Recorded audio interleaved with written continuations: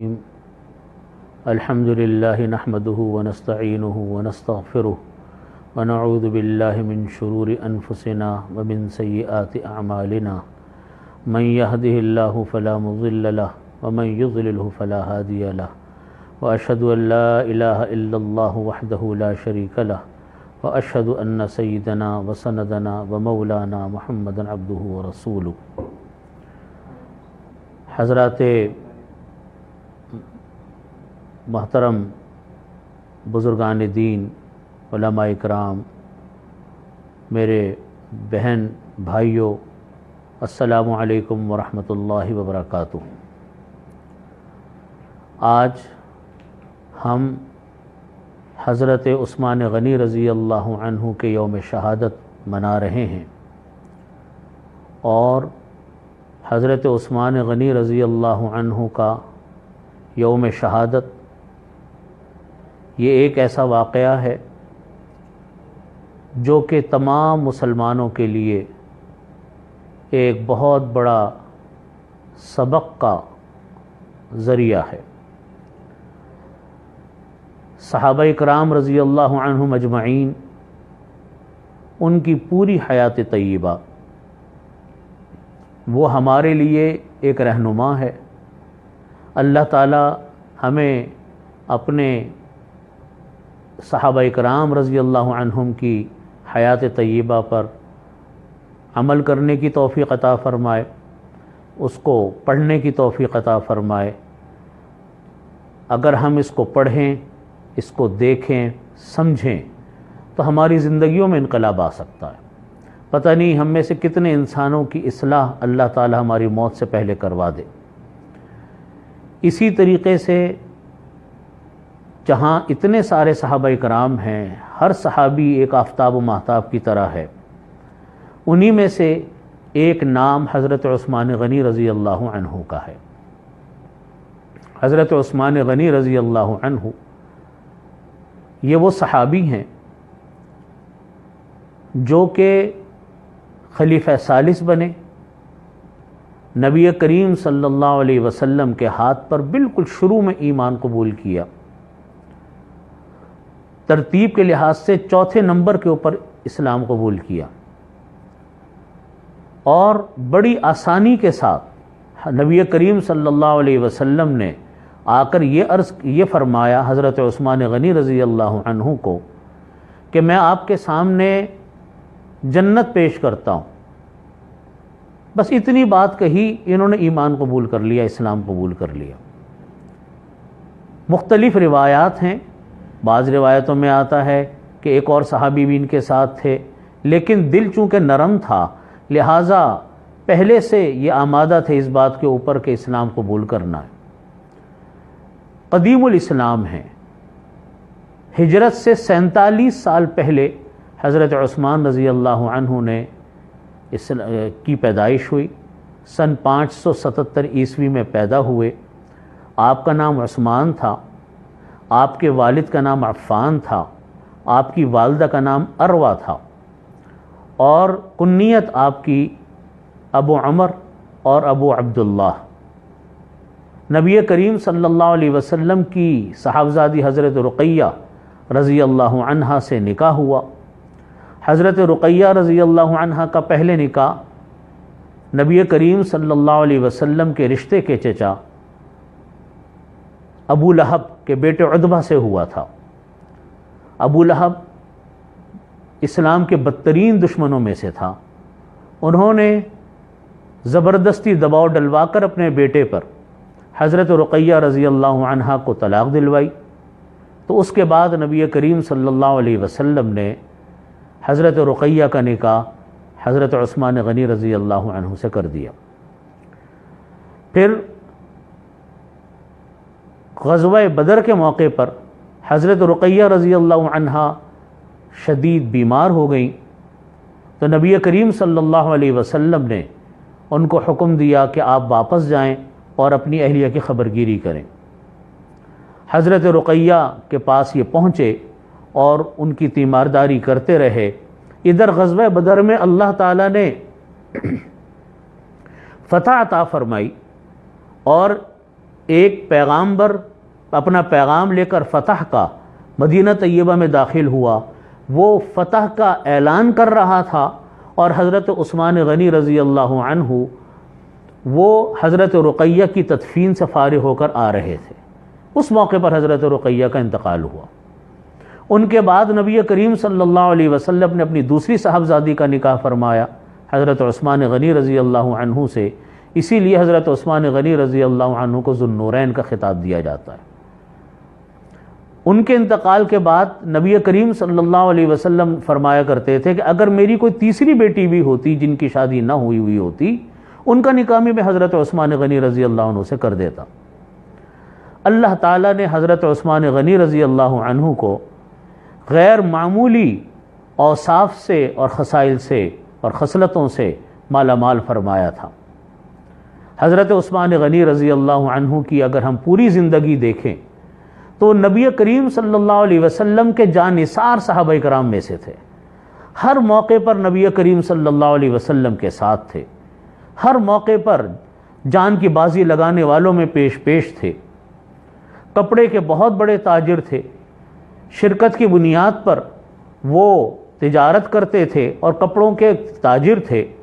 اتنے بڑے تاجر بنے کہ اللہ تعالیٰ نے بے تحاشا مال و دولت ان کو عطا فرمایا، بے تحاشا اللہ تعالیٰ نے ان کو صاحب ثروت بنایا۔ اس کے ساتھ ساتھ حضرت عثمان غنی رضی اللہ عنہ کو اللہ رب العزت نے دولت کے ساتھ ساتھ مالی سخاوت بھی عطا فرمائی تھی۔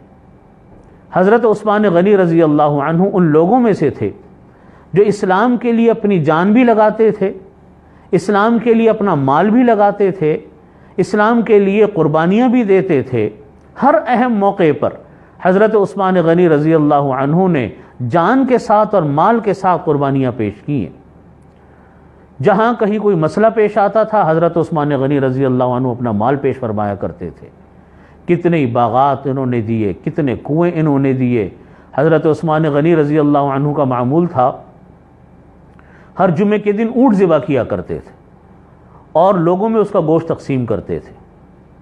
حضرت عثمان غنی رضی اللہ عنہ حج کے موقع پر حجاج کی دعوت کیا کرتے تھے، ان کو کھانا کھلاتے تھے، پانی پینے کے انتظامات کیا کرتے تھے۔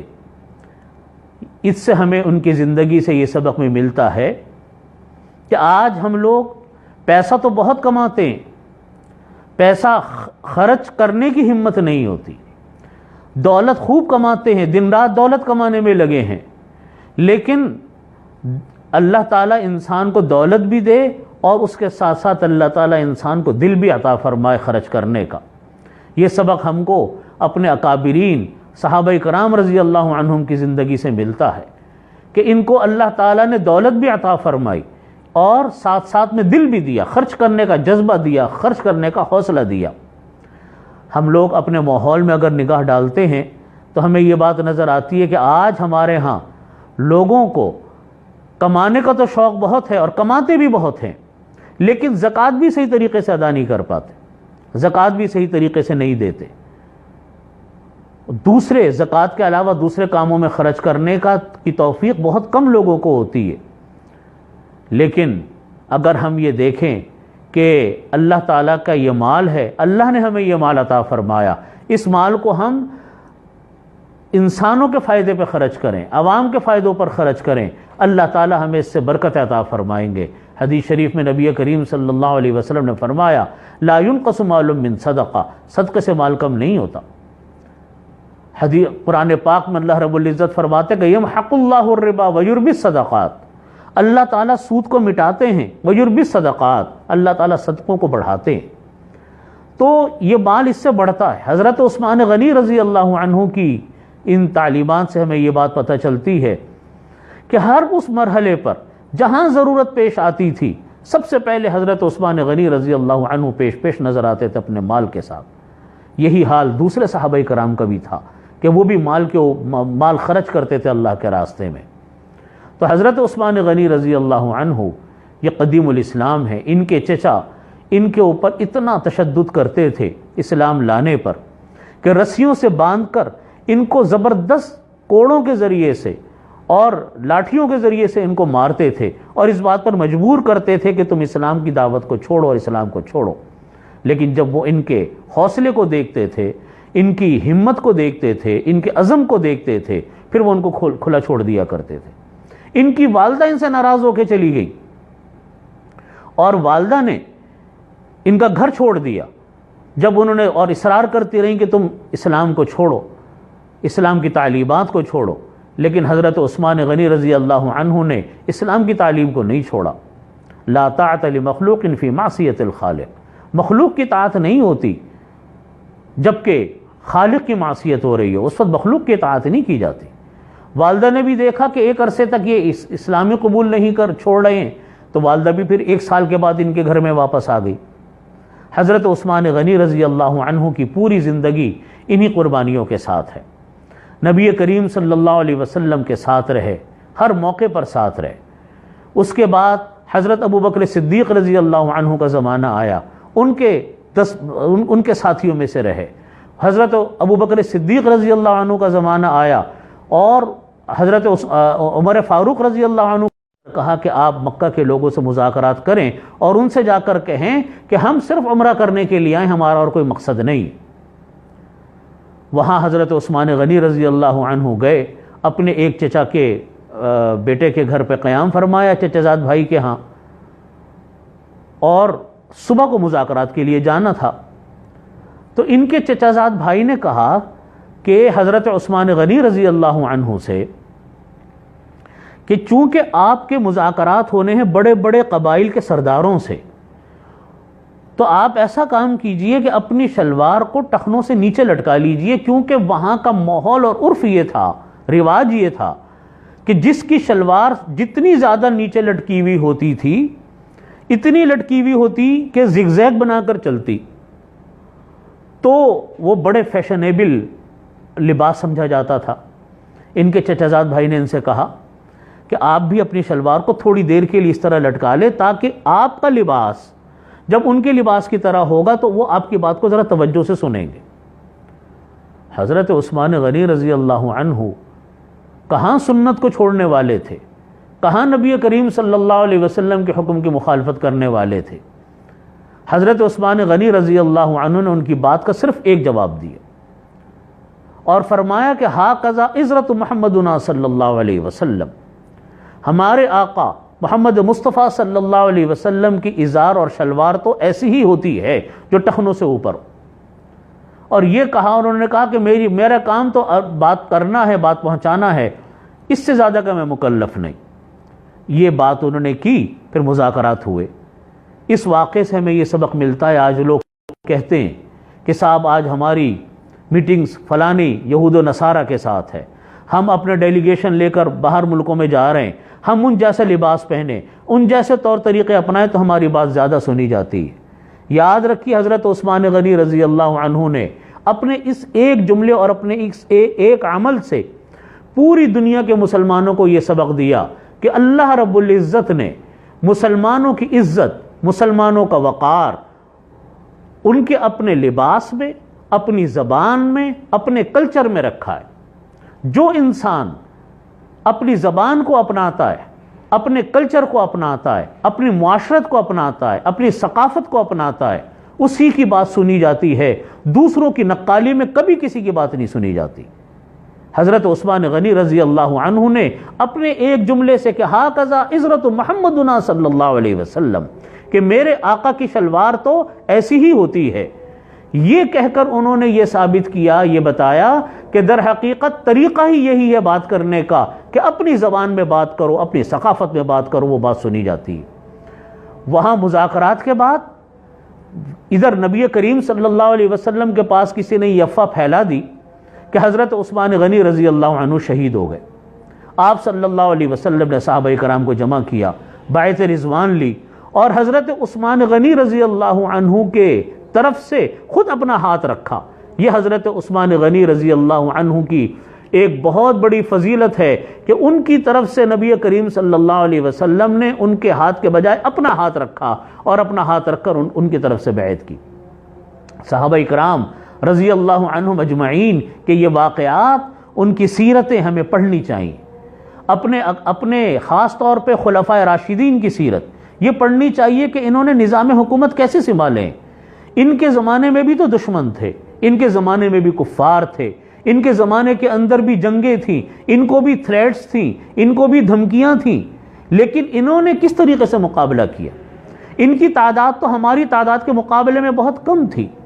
صحابہ کرام کی تعداد آج جو ہماری ہاں مسلمانوں کی تعداد ہے ان کے مقابلے میں بہت تھوڑی تھی، لیکن ان صحابہ کرام کے دور میں قیصر اور کسریٰ بڑی بڑی سپر پاور طاقتیں لرزتی تھیں۔ اس کیوں لرزتی تھی؟ یہ دیکھنے کی بات ہے، اس لیے کہ یہ اپنے ایمان پر قائم تھے، اپنے دین پر قائم تھے، اپنے اصولوں پر قائم تھے، اس وجہ سے پوری دنیا کی بڑی بڑی طاقتیں ان سے لرزتی تھیں۔ آپ دیکھیے کہ حضرت عثمان غنی رضی اللہ عنہ کا زمانہ ہو، حضرت عمر فاروق رضی اللہ عنہ کا دور مبارک ہو، حضرت ابوبکر صدیق رضی اللہ عنہ کا دور خلافت ہو، یا حضرت علی رضی اللہ عنہ کا دور حکومت ہو، ہر زمانے کے اندر اللہ تعالیٰ نے مسلمانوں کو ایک زبردست شان و شوکت عطا فرمائی۔ کوئی مسلمانوں کے سامنے نگاہ اونچی کر کے بات کرنے کی صلاحیت نہیں رکھتا تھا۔ میں یہی بات اپنے تمام مسلمان بھائیوں سے، بہنوں سے، عوام سے، حکمرانوں سے کہتا ہوں کہ ہمیں ان صحابہ کرام رضی اللہ عنہم کی سیرت کا مطالعہ کریں، ان کے دور خلافت کا مطالعہ کریں، اور اپنے ہاں کے نظام حکومت کو اس کی روشنی میں چلا کر دیکھیں۔ آپ کو اندازہ ہوگا کہ ہمیں کس طریقے سے حکومتیں چلانی چاہیے، کس طریقے سے ہمیں اپنا نظام چلانا چاہیے۔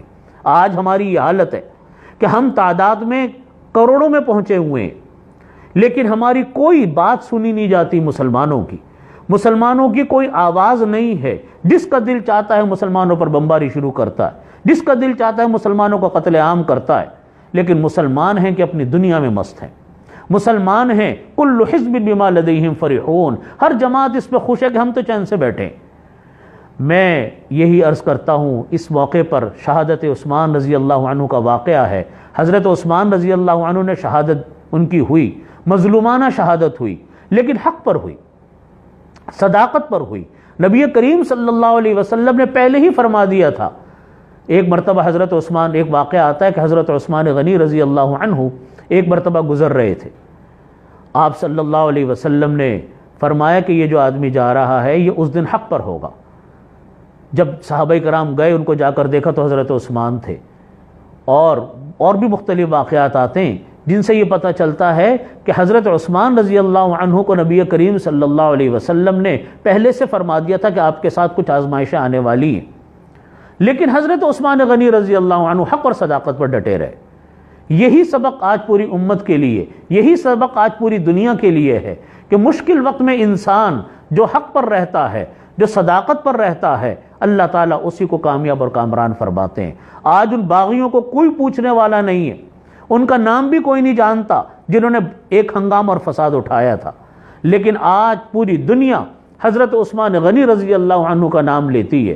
آج 1300-1400 سال گزر چکے، لیکن لوگ آج بھی حضرت عثمان غنی رضی اللہ عنہ کی محبت اپنے دل میں محسوس کرتے ہیں۔ ان کا نام آتا ہے، ہمارے دلوں کی کیفیت بدل جاتی ہے۔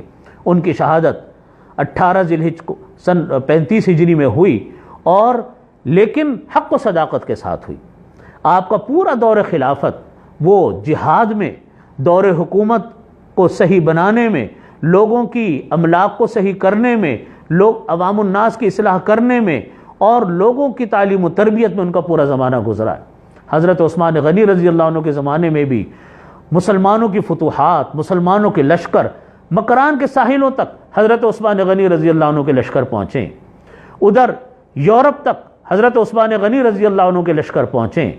ان کا دور خلافت بھی ایک آفتاب و ماہتاب ہے۔ ان صحابہ کرام رضی اللہ عنہم کے لیے میں تمام لوگوں سے عرض کرتا ہوں کہ ان کے حالات کا بہت اہتمام سے مطالعہ کریں۔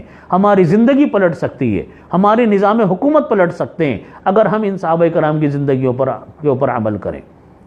میں یہی عرض کرتا ہوں کہ مختصر کتاب صحابہ کرام کے حوالے سے حضرت مفتی محمد شفیع صاحب رحمۃ اللہ علیہ کی کتاب مقام صحابہ، اس کا مطالعہ کریں، اور تفصیلی کتاب حیات الصحابہ، اس کو ضرور مطالعے میں رکھیں۔